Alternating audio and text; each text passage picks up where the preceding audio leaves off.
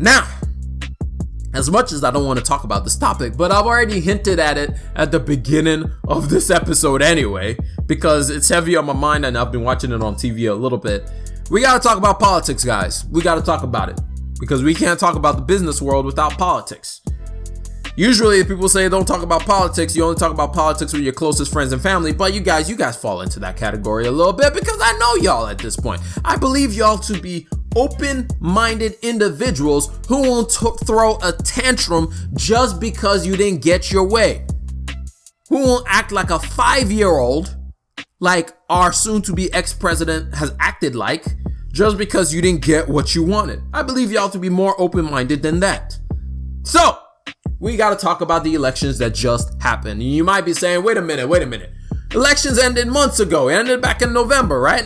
Well, we had one more election that we had to have because Georgia couldn't make its mind up back in November. And so we had the runoff elections that just concluded today. And today being yesterday when y'all are listening to this, because at the point of me making this podcast, it's Wednesday. So you know what? Forget it. We're going to keep it moving.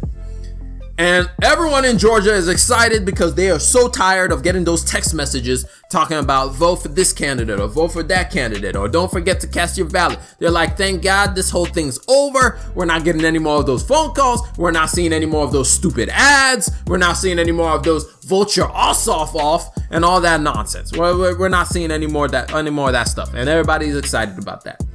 But something to keep in mind, or the question you might be asking is, why is this such a big deal? Like, even if this is a runoff election, what does it matter? What was it? 4 years ago, Alabama had a runoff election, but nobody really cared. Why is this time such a big deal that Georgia is having a runoff election? Well, that's because whoever wins this runoff election decides who controls the Congress. The Congress? What? Decides who controls Congress. Right now in the Senate, we have a 50 to 48 split. 50% goes to Republicans and 48% goes to Democrats.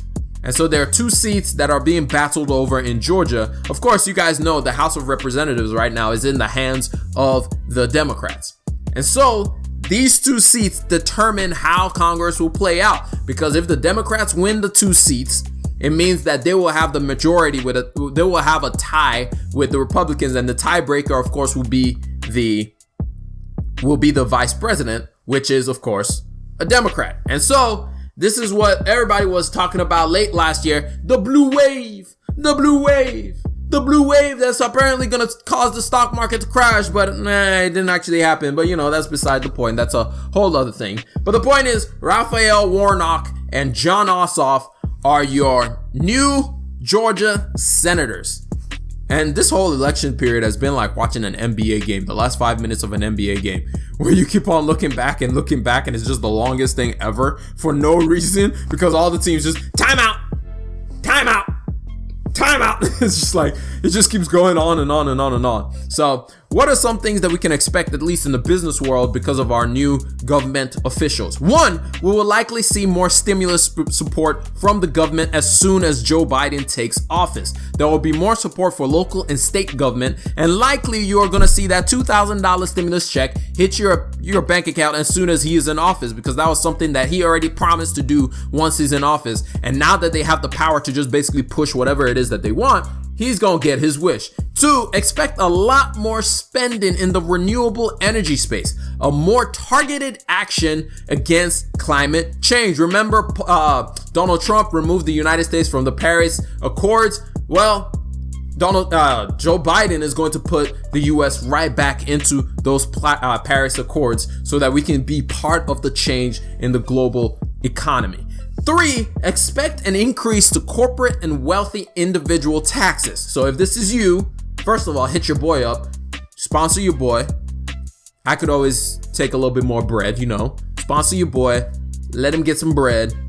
Let's invest that money and, let's do some things, just hit me up, ramblingmindshow@gmail.com. We could talk. Hit me up on IG at ramblingmind. I'm just saying. We could talk a little bit. If you're like a corporation and you want to do a sponsorship or something, you got my email. And if you're a wealthy individual and you just like, I just want to bless you. Hey, my Cash App is always open to receive. I'm just saying. But the point is, like I said earlier, the markets do not care about who is actually, or rather the markets do not care about who is actually in control. It only cares about certainty.